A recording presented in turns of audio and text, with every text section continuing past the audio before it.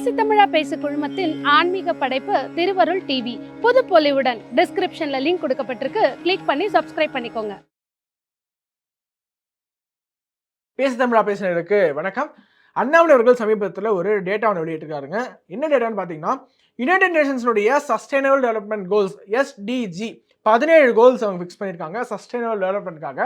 அதில் தமிழ்நாட்டினுடைய பெர்ஃபார்மன்ஸ் எப்படி இருக்கு அப்படிங்கிறத நித்தி ஆயோக், இந்தியாவினுடைய நித்தி ஆயோக் ஒரு அறிக்கையாக வெளியிட்டிருக்காங்க. நல்ல சர்வேஸ்லாம் பண்ணி அந்த நித்தி ஆயோக்கினுடைய அறிக்கையினுடைய சம்மரியை ஒரு பதிவாக போட்டிருந்தார் அண்ணாமலை அவர்கள் ட்விட்டர்ல. இந்த ஒரு பதிவு அப்படிங்கிறது ரொம்பவே தேவையான நாட்டிற்கு, குறிப்பாக தமிழ்நாட்டிற்கு தேவையான ஒரு பதிவு. ஏன்னா நம்ம உண்மையிலே நம்பிக்கிட்டு இருக்கோம் தமிழ்நாடு மின்னல் வேகத்தில் வளர்ந்துகிட்டு இருக்கு. நிறைய டேட்டாலாம் வெளியிடுவாங்க இந்த திராவிடியன் ஸ்டாக்ஸ். பாருங்க, மற்ற மாநிலத்தினுடைய இண்டிகேட்டர்ஸ் பாருங்க, தமிழ்நாட்டுடைய இண்டிகேட்டர்ஸ் பாருங்க. ஆல் இண்டியா ஆவரேஜோட தமிழ்நாட்டுடைய பெர்ஃபார்மன்ஸ் எப்பவுமே அதிகமாக தான் இருக்கு.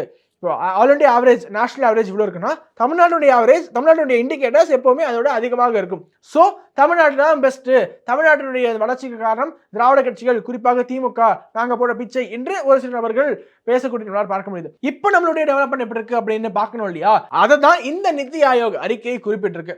நீங்க பாத்தீங்கன்னா, இத்தனை ஆண்டுகளாக வளர்ந்து கொண்டே வந்து கொண்டிருந்த ஒரு மாநிலத்தை அந்த வளர்ச்சிக்கு ஒரு முட்டுக்கட்டையாக இருக்கக்கூடியது இப்போதைய திமுக அரசாங்கம் என்பது பட்டவர்த்தனமாக தெரிய வருகிறது. இந்த டேட்டாவை படிச்சோம்னா, முதல்ல அந்த சஸ்டைனபிள் டெவலப்மெண்ட் கோல்ஸ்ல தமிழ்நாட்டினுடைய பொசிஷன் என்ன அப்படிங்கிறத நம்ம பார்க்கணும். அப்போதான் ஒரு கிளியரான பிக்சர் கிடைக்கும். அதற்கு பிறகு 2021ஆம் ஆண்டு தமிழ்நாட்டினுடைய நிலைமை எப்படி இருந்துச்சு, அப்புறம் இப்போ எப்படி இருக்கு அப்படிங்கிறத கொஞ்சம் விரிவாக பார்க்கலாம். So NITI Aayog sustainable development goals சம்மரியை பார்த்தோம்னா, முதல்ல நோ பாவர்ட்டி இந்த இண்டெக்ஸ் கீழே நம்பர் 1 மாநிலம் எதுன்னு பார்த்தோம்னா தமிழ்நாடு தான். நம்மளுடைய ஸ்கோர் என்பது 92.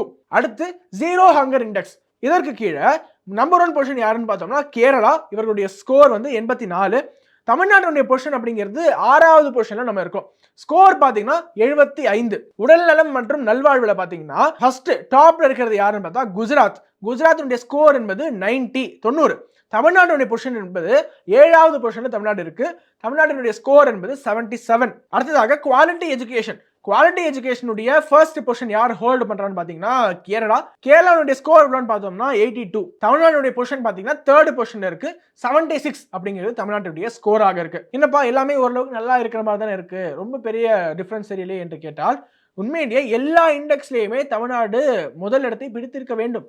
தமிழ்நாட்டுடைய வளர்ச்சி என்பது பார்த்தீங்கன்னா, தமிழ்நாடு கேரளானா இந்தியா சுதந்திரம் அடைந்த காலகட்டத்திலேயே தமிழ்நாட்டுடைய கேரளாவுடைய இண்டெக்ஸ்லாம் பார்த்தீங்கன்னா அப்படியே பீக்ல இருக்கும். நேஷனல் ஆவரேஜ் இங்க இருந்துச்சுன்னா தமிழ்நாட்டுடைய கேரளாவுடைய இண்டெக்ஸ்லாம் இங்க இருக்கும். கிராஸ் என்ரோல்மெண்ட் ரேஷியோலேருந்து, இன்ஃபன்ட் மார்டாலிட்டி ரேஷியோலேருந்து, அதெல்லாம் தமிழ்நாட்டினுடைய ரேஷியோ அப்படிங்கிறது நேஷனல் ஆவரேஜோட 10 மடங்கு அதிகமாக இருக்கும். அதனால தான் சொல்றோம் தமிழ்நாடு எப்போதுமே வளர்ந்த மாநிலமாக தான் இருந்திருக்கிறது.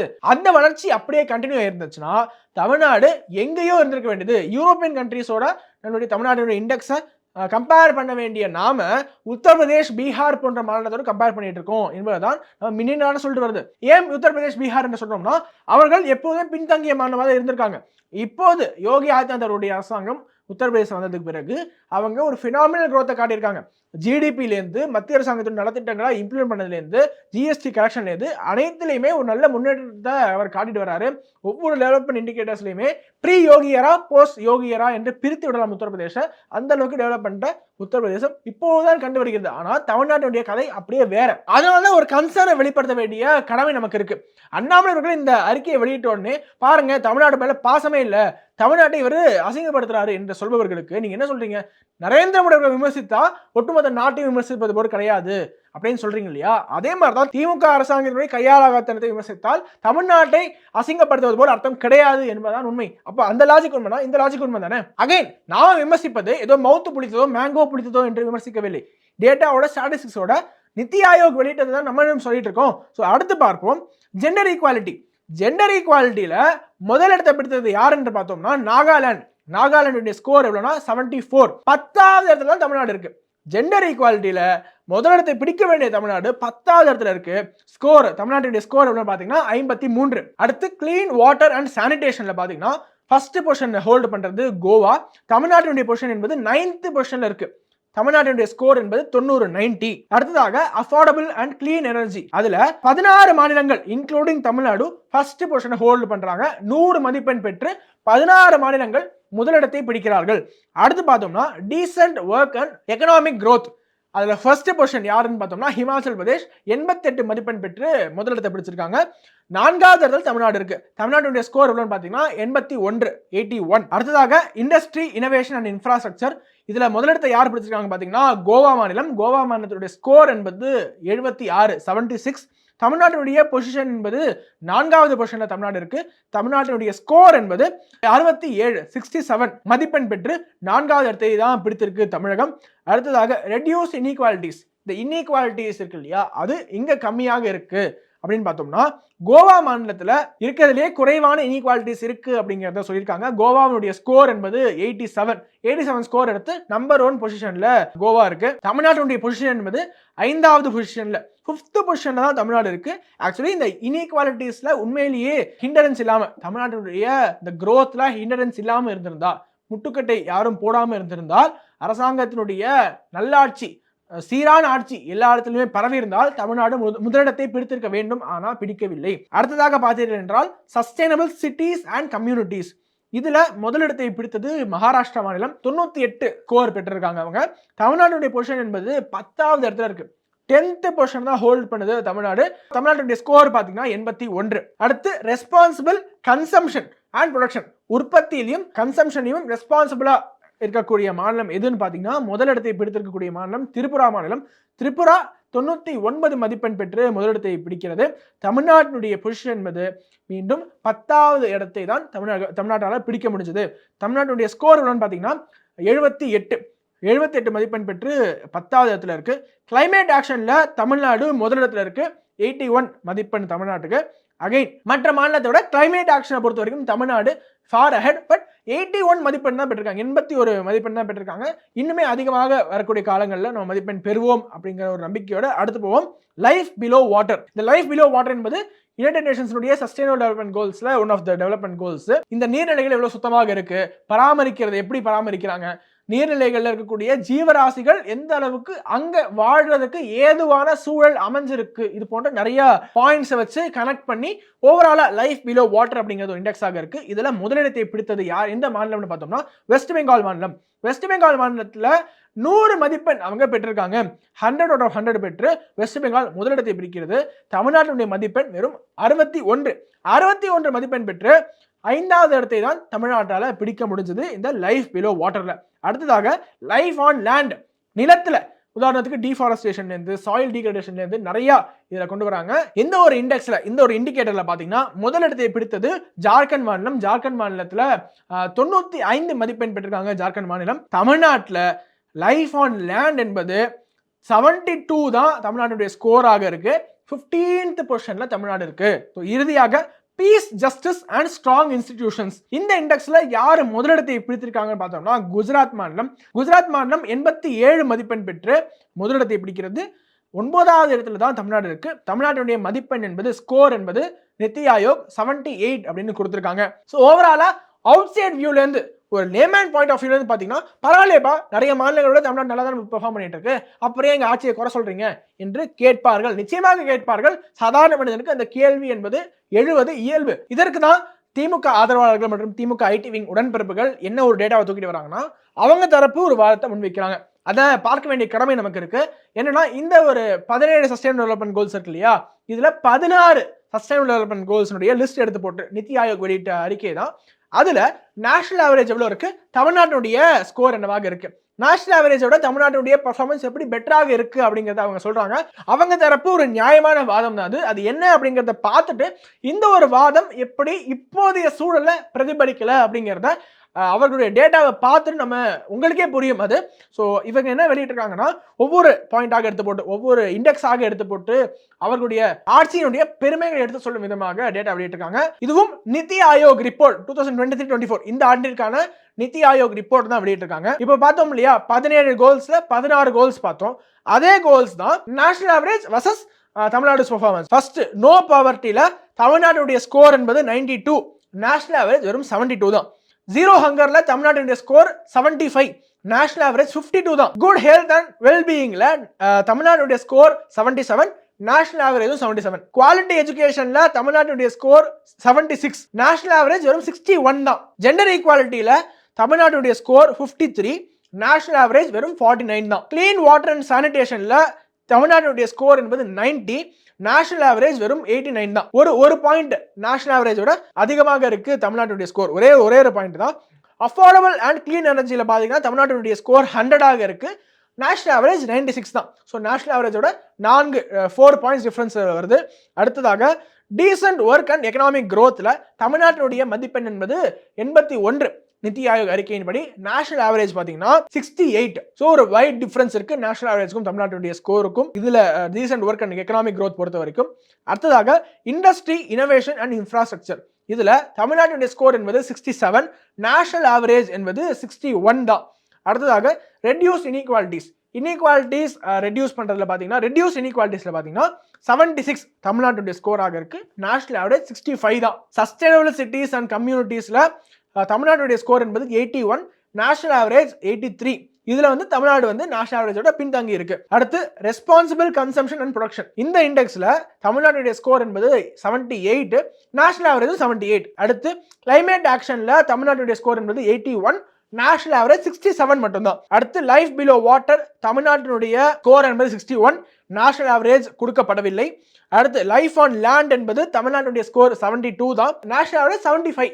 ஒரு 3 பாயிண்ட் மட்டும் நேஷனல் ஆவரேஜை விட தமிழ்நாட்டுடைய ஸ்கோர் என்பது கம்மியாக இருக்கு. இறுதியாக பீஸ், ஜஸ்டிஸ் அண்ட் ஸ்ட்ராங் இன்ஸ்டிடியூஷன்ஸ்ல தமிழ்நாட்டுடைய ஸ்கோர் என்பது 78, நேஷனல் ஆவரேஜ் 74. ஸோ இப்படி எல்லா வகையிலுமே ஒவ்வொரு டெவலப்மெண்ட் கோல்ஸ்லையுமே, இன்னும் சொல்ல போனால் 13 டெவலப்மெண்ட் கோல்ஸ்ல நேஷனல் ஆவரேஜோட லீடிங்ல இருக்கு தமிழ்நாட்டுடைய ஸ்கோர். இதுதான் நித்தி ஆயோக் ரிப்போர்ட் சொல்லுது. பட் இப்போது இருக்கக்கூடிய சிச்சுவேஷன் தான் அலார்மிங்கான ஒரு சிச்சுவேஷன். கடந்த 3 ஆண்டுகளில் மட்டும் தமிழ்நாட்டினுடைய வளர்ச்சி எந்த அளவுக்கு பின்னோக்கி சென்று கொண்டிருக்கிறது. எப்படி வேகமாக வளர்ந்த ஒரு மாநிலத்தை அதுல பாதாளத்தை தள்ளிக்கிட்டு இருக்காங்க இப்போதைய திமுக அரசாங்கம் அப்படிங்கிறதுக்கு இன்னொரு டேட்டா நான் சொல்றேன். மைக்ரோ இண்டிகேட்டர்ஸ்ல பாத்தீங்கன்னா அகைன் 2020-21 ஆண்டு அண்ட் 2023-24 ஆண்டு, இந்த 2 ஆண்டையும் கம்பேர் பண்ணி பார்த்தோம்னா இந்த மைக்ரோ இண்டிகேட்டர்ஸ்ல தமிழ்நாட்டினுடைய இந்த growth என்பது எப்படி பின்னோக்கி சென்று கொண்டிருக்கிறது. எந்தெந்த இண்டிகேட்டர்ஸ்லாம் முன்னேறணுமோ அதெல்லாம் குறைஞ்சிக்கிட்டு இருக்கு, எந்தெந்த இண்டிகேட்டர்ஸ்லாம் குறையணுமோ அதெல்லாம் அதிகமாகிட்டு இருக்கு. உதாரணத்துக்கு ஃபர்ஸ்ட் சூசைட் ரேட் பார்ப்போம். 1 லட்சம் பாப்புலேஷன் பர் 1 lakh பாப்புலேஷன்ல 2020-21 காலகட்டத்தில் 17.8 என்பது சூசைட் ரேட்டாக இருந்தது. ஆனா 2023-24 ஆண்டு திமுக ஆட்சி பொறுப்பேற்று 3 ஆண்டுகள் நிறைவடைஞ்சிருக்கு இல்லையா, அந்த 3 ஆண்டுகள் கழிச்சு பாத்தீங்கன்னா 25.9 ஆக உயர்ந்திருக்கு. 17.8ல இருந்து 25.9 ஆக உயர்ந்திருக்கு. சோ இது ஃபர்ஸ்ட் இண்டிகேட்டர். எது குறையணுமோ அந்த இண்டிகேட்டர் அதிகரிச்சிருக்கா. அடுத்து வாங்க, death due to road accidents. 1 லட்சம் பாப்புலேஷன்ல எவ்வளவு நபர்கள் இறக்குறாங்க அப்படின்னு பார்த்தோம்னா 13.88 ஆக 2021-22 ஆண்டு இருந்தது.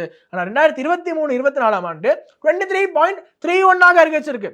13.88ல இருந்து 23.31 ஆக அதிகரிச்சிருக்கு. 1 லட்சம் பாப்புலேஷன்ல ஆவரேஜா 23.31 நபர்கள் இறக்குறாங்க. என்ன டெசிமல்ஸ்னா அந்த அளவுக்கு கால்குலேஷன்லாம் பண்ணா டெசிமல்ஸ் தான் வரும். ஸோ ரோட் ஆக்சிடென்ட்ஸ் அதிகரிச்சிருக்கா. அதே மாதிரி class 8 students achieving minimum proficiency in language and maths, கணிதம் மற்றும் மொழி, இதுல மாணவர்களுக்கு இருக்கக்கூடிய திறன் மற்றும் ஆற்றல் பார்த்தீங்கன்னா அதற்கு ஒரு ஸ்கோர் கொடுக்குறாங்க. அது 71.3 ஆக இருந்தது 67 குறைஞ்சிருச்சு. ஸோ மாணவர்களுடைய படிக்கும் திறன் மற்றும் ஆற்றல் குறைந்து கொண்டிருக்கிறது தமிழ்நாட்டில். அடுத்த முக்கியமான ஒரு இண்டிகேட்டர் இதுதான். எப்பவுமே யூரோப்பியன் கண்ட்ரீஸ்க்கு சவால் விடக்கூடிய அளவுக்கு எங்களுடைய இண்டிகேட்டர் இருக்கு. என்னது? Cross enrolment ratio, GER. அதுவும் ஹையர் ஸ்டடீஸ்ல கிராஸ் என்ரோல்மெண்ட் ரேஷியோ பாத்தீங்கன்னா தமிழ்நாடு எப்போதுமே இந்தியாவில் முன்னோடியாக திகழ்ந்து கொண்டிருந்தோம் நாம். ஆனால் கடந்த 3 ஆண்டுகளில் பாத்தீங்கன்னா 2020-21 கிராஸ் என்ரோல்மெண்ட் ரேஷியோ என்பது 49% இருந்தது, 47% குறைந்திருக்கிறது. ஸோ 49% 2% குறைஞ்சிருக்கு. So we are on a declining track. இதைத்தான் சொல்றோம். இதைதான் அண்ணாமலை அவர்கள் மீண்டும் மீண்டும் வலியுறுத்துகிறார். தமிழ்நாடு போன்ற ஒரு வளர்ந்த மாநிலத்தை திமுக அரசாங்கம் அவர்களுடைய ஆட்சி நிர்வாக திறன் இல்லாத காரணத்தினால் சீரழிச்சுக்கிட்டு இருக்கு என்பது. நிறைய பாஜக ஆளுகின்ற மாநிலத்துடைய எக்ஸாம்பிள்ஸ் சொல்லியிருக்காரு. என்ன எக்ஸாம்பிள்ஸ்? GST கலெக்ஷன்ஸ்ல தமிழ்நாட்டை பாருங்க, மற்ற இந்திய அலையன்ஸ் பார்ட்னர் ஆளக்கூடிய மாநிலங்களை பாருங்க, பாஜக ஆளக்கூடிய மாநிலங்களை பாருங்க அப்படின்ட்டு டெல்லியில் நடந்த ஒரு social media volunteers meet, BJP social media volunteers மீட்ல அண்ணாமலை பேசியிருப்பாரு. ஸோ இந்த மாதிரி மத்திய அரசு நலத்திட்டங்களை செயல்படுத்துறதுல பாஜக ஆளக்கூடிய மாநிலங்கள் எவ்வளவு எஃபிஷியன்டா மத்திய அரசாங்கத்தின் நலத்திட்டங்களை செயல்படுத்திருக்காங்கன்னு பாருங்க. இந்திய அலையன்ஸ் பார்ட்னர் ஆளக்கூடிய மாநிலங்களை பாருங்க. இப்படி ஒவ்வொரு இண்டிகேட்டராக எடுத்து இப்போதைய டேட்டாவை பேசுவோம். இந்த மற்ற டேட்டாலாம் பார்த்தீங்கன்னா ஒரு சைக்கிளில் நம்ம பெடல் பண்ணிட்டே வரோம்னு வச்சுக்கோங்க. அந்த சைக்கிள் பெடலை ஒரு கட்டத்தில் ஸ்லோ பண்ணுறோம், ஒரு கட்டத்தில் விட்டுருவோம். அந்த சைக்கிள் இன்னும் கொஞ்சம் தூரம் போய் தான் நிற்கும். அப்படி சைக்கிள் பெடல் இவ்வளோ நாட்களாக தமிழ்நாட்டுடைய வளர்ச்சிக்கு எத்தனையோ ஃபேக்டர்ஸ் கான்ட்ரிபியூட் பண்ணி இந்த அளவுக்கு ஒரு க்ரோத், இந்த அளவுக்கு ஒரு புஷ் நம்ம கொடுத்துருக்கோம்னா, அந்த சைக்கிள் பெடலை இன்னுமே மென்மேலும் நம்ம புஷ் பண்ணி தமிழ்நாட்டுடைய வளர்ச்சியை ஃபாஸ்ட் ஆக்கணுமே தவிர இது போன்று ஹிண்டர் பண்ணக்கூடாது. என்னப்பா ஹிண்டர் என்றால் 49% இருந்த கிராஸ் என்ரோல்மெண்ட் ரேஷியோ ஹையர் எஜுகேஷன்ல நாம் நினைத்திருந்தால், தமிழக அரசாங்கத்தினுடைய சரியான முன்னெடுப்பு இருந்திருந்தால் 49 என்பது 51 உயர்ந்திருக்கும். அதிகமான நபர்கள் என்ரோல் பண்ணியிருப்பாங்க ஹையர் எஜுகேஷன்ல. ஆனா அது குறைந்து கொண்டிருக்கிறது. ஆக்சுவலி பார்க்க போனா அதிகரிக்கணும் இல்லையா? அதிகமாக நகரமயமாக்கல் வந்திருக்கு, சோஷியல் மீடியா, டெக்னாலஜி நிறைய அதிகரிச்சுக்கிட்டே இருக்கு, படிப்பு பத்தி விழிப்புணர்வு அதிகரிச்சுக்கிட்டு இருக்கு. இந்த மாதிரி ஒரு சூழல்ல தமிழ்நாட்டுடைய கிராஸ் என்ரோல்மெண்ட் ரேஷியோ கீழே போயிட்டு இருக்கு, குறைஞ்சிக்கிட்டு இருக்கு அப்படின்னு நம்ம ஒரு செய்தியை பார்த்தோம்னா அது ஒரு மிகப்பெரிய கன்சர்னிங் ஃபேக்டர் தமிழ்நாட்டுக்கு. அது மட்டும் குறையல. அடுத்து இனோவேஷன் இண்டெக்ஸ், இந்தியா இனோவேஷன் இண்டெக்ஸை பொறுத்த வரைக்கும் தமிழ்நாடுடைய இனோவேஷன் ஸ்கோர் எவ்வளோன்னு பார்த்தீங்கன்னா 31.91. எப்போ? 2020-21 அந்த ஆண்டுல. அதுவே 3 ஆண்டுகள் கழிச்சு 2023-24 பார்த்தீங்கன்னா தமிழ்நாட்டுடைய innovation score as per India innovation index எவ்வளோன்னு பார்த்தீங்கன்னா 15.16 குறைந்து விட்டது. ஸோ 37.91 15.16 குறைஞ்சிருக்குன்னா தமிழ்நாட்டுடைய இனோவேஷன் இண்டெக்ஸ் குறைஞ்சிருக்குப்பா. இது மட்டும் குறையல. அடுத்து வாங்க, ரொம்ப முக்கியமா திராவிட மாடல் அரசாங்கம் மாறுதட்டி கொள்ளக்கூடிய ஒரு விவகாரம் என்னன்னு பார்த்தீங்கன்னா, நாங்க தான் சமூக நீதியை போற்றி பேணுபவர்கள், மற்றவர்கள்லாம் பாஜக பார்த்தீங்கன்னா சமூக நீதியை குறித்து கொண்டு புதைச்சிட்டாங்க, அவங்க பட்டியல் சமுதாயத்துக்கு எதிராக இருக்காங்க என்ற ஒரு பிரச்சாரத்தை நீண்ட நாட்கள் செய்து கொண்டே வராங்க இல்லையா? ஸோ அப்படி சமூக நீதியை காக்கக்கூடியவர்கள், பட்டியல் சமுதாயத்துக்காக வாழக்கூடியவர்கள் ஆட்சி செய்யக்கூடிய ஒரு மாநிலத்தை தமிழ்நாட்டில் கிரைம்ஸ் அகெயின்ஸ்ட் எஸ்சி மக்கள், பட்டியல் சமுதாய மக்களுக்கு எதிராக நடக்கக்கூடிய குற்றங்கள் பார்த்தீங்கன்னா per 1 lakh பாப்புலேஷன், 1 லட்சம் பாப்புலேஷன்ல 2020-21 டேட்டா படி 7.9 இருந்து 1 லட்சம் பாப்புலேஷன்ல ஆவரேஜா 7.9 பட்டியலின மக்கள் மேல தாக்குதல் கிரைம் அப்படிங்கிறது நடந்திருக்கு. கிரைம்ஸ் அகெயின்ஸ்ட் எஸ்சி மக்கள் per 1 lakh பாப்புலேஷன் பாத்தீங்கன்னா 12.2 அதிகரிச்சிருக்கு 2023-24 ஆண்டு. எவ்வளவு ஒரு கன்சர்னிங் ஃபேக்டர். தமிழ்நாட்டில் எத்தனையோ ஜாதிய கொடூரங்கள் நீங்க பார்த்திருப்பீங்க. நாங்குநேரி ஜாதிய கொடூரம், வேங்கை வயல்ல இருந்து இன்னும் நிறைய பள்ளி மாணவர்கள் சக மாணவர்களுடைய வாட்டர் பாட்டில்ல சிறுநீர் கலந்து கொடுக்கறதுனால பார்க்க முடியுது. குடிநீர் தொட்டியில் எதோ கலக்குறாங்க அப்படிங்கிறாங்க. இப்படி பட்டியலின மக்களுக்கு எதிராக கிரைம்ஸ் அதிகரிச்சுக்கிட்டு இருக்கு இந்த திராவிட மாடல் அரசாங்கத்திற்கு கீழே அப்படிங்கிறது தான் நிதர்சனமாக உண்மையாக இருக்கு. இது எவ்வளவு பெரிய கன்சர்னிங் ஃபேக்டர். சரி, எஸ்சி மக்களுக்கு எதிராக எவ்வளவு கிரைம்ஸ் அதிகரிச்சிருக்கோ அதை விட பன்மடங்கு எங்க அதிகரிச்சிருக்கு பழங்குடியின மக்களுக்கு எதிரான வன்கொடுமைகள்ல. பழங்குடியின மக்களுக்கு எதிரான கிரைம்ஸ் பாத்தீங்கன்னா crimes against STs as per 1 lakh population 2020-21 3 ஆண்டுகளுக்கு முன்னாடி 3.9 இருந்தது, 8.4 இப்போது 2023-24 ஆண்டு அதிகரிச்சிருக்கு. சோ 3 ஆண்டுகள்ல 3.9 இருந்து 8.4 டபுளை விட அதிகம், மோர் தென் 200% இன்க்ரீஸ் ஆயிருக்கு. கிரைம்ஸ் அகெயின்ஸ்ட் எஸ்டிஸ் பழங்குடியின மக்களுக்கு எதிராக நடக்கக்கூடிய குற்றங்கள் அதிகரிச்சிருக்கு. இது எவ்வளவு பெரிய கன்சர்னிங் ஃபேக்டர். இதெல்லாம் நம்மளுடைய அரசாங்கத்திற்கோ திமுக உடன்பிறப்புகளுக்கோ கண்ணு தெரியாது. இவங்க நேரம் அங்கே போயிருவாங்க, உத்தரப்பிரதேசத்தை பாரு, பீகாரை பாரு, அதை பாரு, இதை பாரு. நீங்க தானப்பா சமூக நீதியை காக்குறவங்க, நீங்க தானே தமிழக மக்களை, குறிப்பாக பட்டியலின பழங்குடியின மக்களை காப்பாற்றணும், அதுதான் நீங்க பிறந்திருக்கீங்கன்னு நீங்க சொல்றீங்க. நாங்க பிறந்ததே ஒடுக்கப்பட்ட பட்டியலின மக்களுக்கு ஆதரவாக குரல் கொடுத்து அவர்களை முன்னேற்றுவதா எங்களுடைய ஒரே வேலை என்று சொல்பவர்கள், அவர்களுடைய ஆட்சி கீழே பட்டியலின பழங்குடியின மக்களுக்கு எதிரான குற்றங்கள் அதிகரிச்சிருக்கு அப்படின்னா வெக்கி தலைக்குறைய வேணாமா? சரி, அதை கூட விடுங்க, இனிமேலாச்சும் ஒரு ஆக்ஷன் எடுக்க வேணாமா? ஆக்ஷன் எடுப்பாங்க நம்புறீங்களா? தெரியல. அடுத்துக்கு போவோம். காக்னிசபிள் கிரைம்ஸ் அகெயின்ஸ்ட் சில்ட்ரன், குழந்தைகளுக்கு எதிரான குற்றங்கள்ல பாத்தீங்கன்னா per 1 lakh பாப்புலேஷன்ல 2020-21 ஆண்டு 20.5 இருந்தது. 1 லட்சம் குழந்தைகள்ல 20.5 குழந்தைகள் அவர்களுக்கு எதிரான குற்ற சம்பவங்கள் நடந்துகிட்டு இருந்தது. இப்போது 3 ஆண்டுகள் கழித்து 31.8 அதிகரிச்சிருக்கு. 20.5 இருந்து 31.8 குழந்தைகளுக்கு எதிரான குற்றங்கள் அதிகரிச்சிருக்கா. இதுவும் அகைன் ஒரு மிகப்பெரிய கன்சர்னிங் ஃபேக்டர். அடுத்து வாங்க, மிஸ்ஸிங் சில்ட்ரன், காணாம போகக்கூடிய குழந்தைகள் 1 லட்சம் பாப்புலேஷன் per 1 lakh பாப்புலேஷன்ல 22.37 இருந்தாங்க. அதாவது 1 லட்சம் குழந்தைகள்ல சராசரியாக 22.37 குழந்தைகள் காணாம போயிட்டு இருந்தாங்க. ஆனா இப்பொழுது 1 லட்சம் பாப்புலேஷன்ல 2023-24 ஆண்டுல 33.93 குழந்தைகள் காணாம போயிட்டு இருக்காங்க. அதிகரிச்சிருக்கு. 11 குழந்தைகள் அதிகரிச்சிருக்காங்க சராசரியாக, டெசிமல்ஸ் எடுத்துட்டு பார்த்தோம்னா. சோ இப்படி நான் ஆரம்பத்தில் குறிப்பிட்டது போல தமிழகம் என்றைக்குமே வளர்ந்த மாநிலமாக இருந்திருக்கு. இன்னும் இந்த மாதிரி எக்ஸாம்பிள்ஸ் கொடுத்துட்டு போனா 1008 எக்ஸாம்பிள்ஸ் கொடுத்துட்டே போகலாம். அந்த அளவுக்கு ஒரு வளர்ந்த மாநிலம், வளர்ந்து கொண்டே வந்த மாநிலத்தை அந்த வளர்ச்சிக்கு அப்படியே முட்டுக்கட்டை போட்டு தமிழ்நாட்டில் பெருகக்கூடிய போதை கலாச்சாரத்தினாலும் இந்த மாதிரி சாராய கலாச்சாரத்தாலும் தமிழகம் சீர்கட்டு கொண்டிருக்கிறது. தமிழகம் வளர்ச்சி பாதையிலிருந்து விலகி கொஞ்சம் கொஞ்சமாக வீழ்ச்சியை நோக்கி சென்று கொண்டிருக்கிறது. நாங்களும் தமிழ்நாட்டில் தான் இருக்கோம். எங்களுக்கு மட்டும் என்ன ஆசை? எங்களுக்கும் ஒரு ஆசை தான், தமிழ்நாடு எல்லா ரேங்கிங்லயுமே எல்லா இண்டெக்ஸ்லயுமே முதலிடத்தை பிடிக்க வேண்டும். அதற்கான எல்லா தகுதியும் தமிழ்நாட்டுக்கு இருக்கு. என்ன வளம் இல்லை இந்த திருநாட்டில்? தமிழ்நாட்டில் என்ன வளம் இல்லை? அவ்வளோ வளங்கள் செழிக்க இருக்கக்கூடிய ஒரு மாநிலத்தை தயவு செய்து வெறும் அரசியல் மட்டுமே செய்து கொண்டு மத்திய அரசாங்கத்தை எதிர்த்து, மத்திய அரசாங்கம் கொண்டு வரக்கூடிய எல்லாத்தையும் எதிர்த்து பிரிவினைவாத கருத்துக்கள் பேசி தமிழ்நாடுடைய வளர்ச்சியை தடுக்க வேண்டாம். இப்போ நம்மளுடைய கம்பேரிசன் எல்லாமே யூரோப்பியன் கண்ட்ரீஸோட கம்பேர் பண்ணணும்.